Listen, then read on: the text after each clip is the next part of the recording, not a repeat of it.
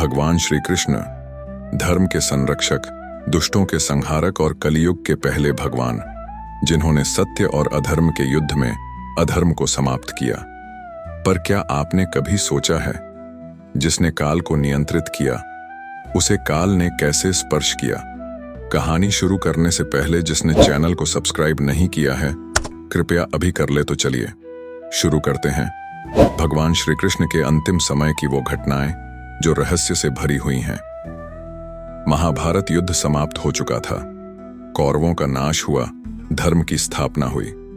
लेकिन इस युद्ध ने एक मां को उसकी 100 संतानों से वंचित कर दिया था, गांधारी।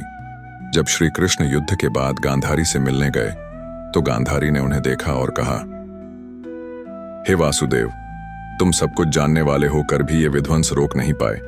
जैसे मेरा कुल नष्ट हुआ, वैसे ही एक दिन तुम्हारा यदुवंश भी समाप्त होगा। श्री कृष्ण मुस्कुराए और उस श्राप को स्वीकार कर लिया, क्योंकि वे जानते थे कि यही धर्म की अगली कड़ी है। वर्षों बीतते गए। यदुवंश, जो कभी धर्म और वीरता का प्रतीक था, अब अहंकार, मद्यपान और विलासिता में डूब चुका था। श्री कृष्ण यह सब देख रहे थे। एक दिन उनके पुत्र सांब और कुछ अन्य राजकुमारों ने आर्षि, दुर्वासा और अन्य महर्षियों का अपमान कर दिया।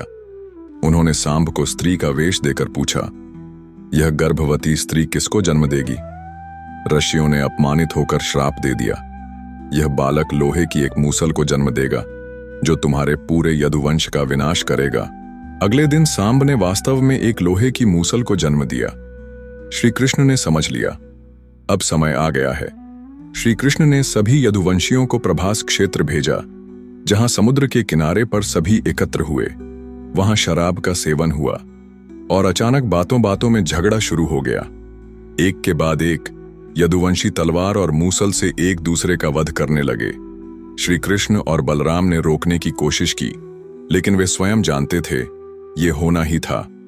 कुछ ही पलों में शक्तिशाली यदुवंश, जो कभी श्री कृष्ण के नेतृत्व में अपराजेय था, पूरी तरह समाप्त हो गया। यदुवंश के नाश के बाद बलराम जी समुद्र तट पर गए। ध्यान की स्थिति में बैठकर उन्होंने अपना नश्वर शरीर त्याग दिया। कहते हैं बलराम जी शेषनाग के अवतार थे और एक विशाल सफेद नाग बनकर समुद्र में विलीन हो गए। अब समय था भगवान श्री कृष्ण के लीला समापन का। वे जंगल में एक पीपल के पेड़ के नीचे ध्यानस्थ हो गए। उसी समय एक शिकारी, जरा, जो शिकार की तलाश में था, उसे दूर से भगवान के पैर का अंगूठा हिरण की आंख जैसा दिखाई दिया। उसने बिना पहचाने तीर चला दिया। वह तीर सीधे भगवान के चरण में लगा। जरा दौड़कर पहुंचा और देखा कि यह कोई साधारण व्यक्ति नहीं, स्वयं श्री कृष्ण है। वह डर गया, रो पड़ा, लेकिन भगवान मुस्कुराए और बोले, हे जरा, तू दोषी नहीं है, यह पूर्व जन्म का कर्म है। फिर उन्होंने बताया, त्रेता युग में जब मैं श्री राम था, तब मैंने बाली का वध छिपकर किया था, और आज उसी कर्म का फल मैंने स्वीकार किया है। कुछ क्षणों बाद श्री कृष्ण ने धीरे से अपनी आंखें मूंद लीं और उनका दिव्य शरीर इस संसार से विलीन हो गया। श्री कृष्ण की मृत्यु की सूचना मिलने पर अर्जुन दौड़े दौड़े आए। उन्होंने श्री कृष्ण के शरीर का अंतिम संस्कार किया और द्वारका से पांडवों के साथ बची खुची स्त्रियों और बच्चों को लेकर निकले। श्री कृष्ण के बिना यह संसार सूना हो गया था। इस प्रकार श्री कृष्ण की लीला समाप्त हुई। उन्होंने सिखाया, जिसने जन्म लिया है उसका अंत निश्चित है, परंतु एक अवतारी पुरुष का अंत भी संकल्पमय होता है, लोक कल्याण के लिए।